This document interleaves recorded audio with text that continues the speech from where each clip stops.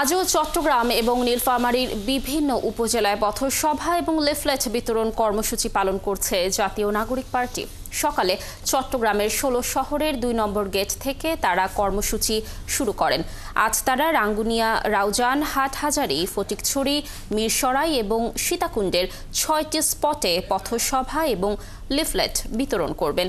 এতে উপস্থিত থাকবেন এনসিপির দক্ষিণাঞ্চলের মুখ্য সংগঠক হাসরাত আব্দুল্লাহ এবং জ্যেষ্ঠ যুগ্ম সদস্য সচিব তাসনিম জয়রা। এছাড়া নীলফামারীর ডোমার, ডিমলা, জলঢাকা, কিশোরগঞ্জ সদর এবং সৈয়দপুরের পথসভা এবং লিফলেট বিতরণ করবেন উত্তরাঞ্চলের মুখ্য সংগঠক সার্জিস আলম।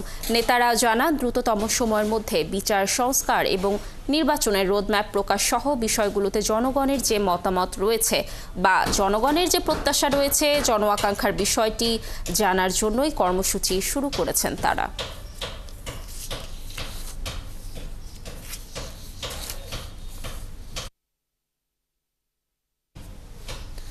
নীলফামারীর ৬ উপজেলায় জাতীয় নাগরিক পার্টির পথসভা এবং লিফলেট বিতরণ কর্মসূচি আজ। দর্শক, কর্মসূচির আরও খবর জানাতে সেখান থেকে আমাদের সাথে যুক্ত হচ্ছেন সহকর্মী বিজয় চক্রবর্তী। কাজল, বিজয়, সেখানকার কর্মসূচির কি তথ্য রয়েছে আপনার কাছে জানাবেন, আর আপনি যেখানে অবস্থান করছেন সেখানকার পরিস্থিতি কেমন দেখছেন এখন?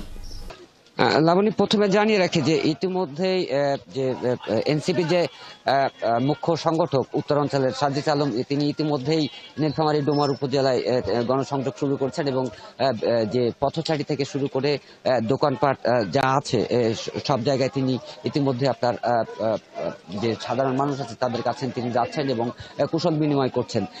এখন সকাল, যেহেতু এই প্রোগ্রামটা শুরু করার কথা ডোমারের সকাল 10টায়, কিন্তু এখানে বৈরী আবহাওয়া, সকাল থেকে বৃষ্টি হচ্ছে, যার কারণে কিন্তু আপনার প্রোগ্রামটা এই কিছুক্ষণ আগেই শুরু হলো। যে সার্জিস আলমের সাথে ইতিমধ্যে আরো কয়েকজন নেতৃবৃন্দ আছেন জাতীয় নাগরিক পার্টির, তিনি এখান থেকে আর আধা ঘন্টার মতো তিনি এখানে অবস্থান করবেন। তারপরে তিনি চলে যাবেন জলঢাকা উপজেলা এবং জলঢাকা থেকে তিনি পরবর্তীতে ডিমলা এবং জলঢাকা হয়ে সৈয়দপুর হয়ে তারপরে নীলফামারী এবং সর্বশেষ তিনি সৈয়দপুরে অবস্থান করবেন। তবে এখন পর্যন্ত তার যেহেতু সংযোগে তিনি গণসংযোগ চালাচ্ছেন, সেক্ষেত্রে এখন পর্যন্ত তার সাথে আমরা যে কথা এখন পর্যন্ত আমরা সংযুক্ত হতে পারিনি।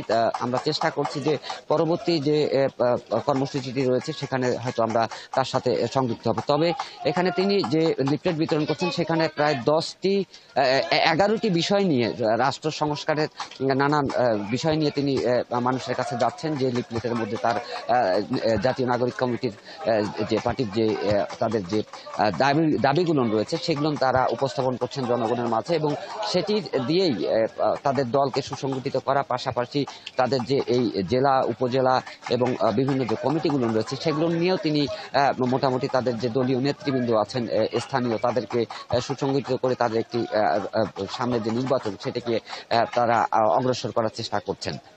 লাবণী।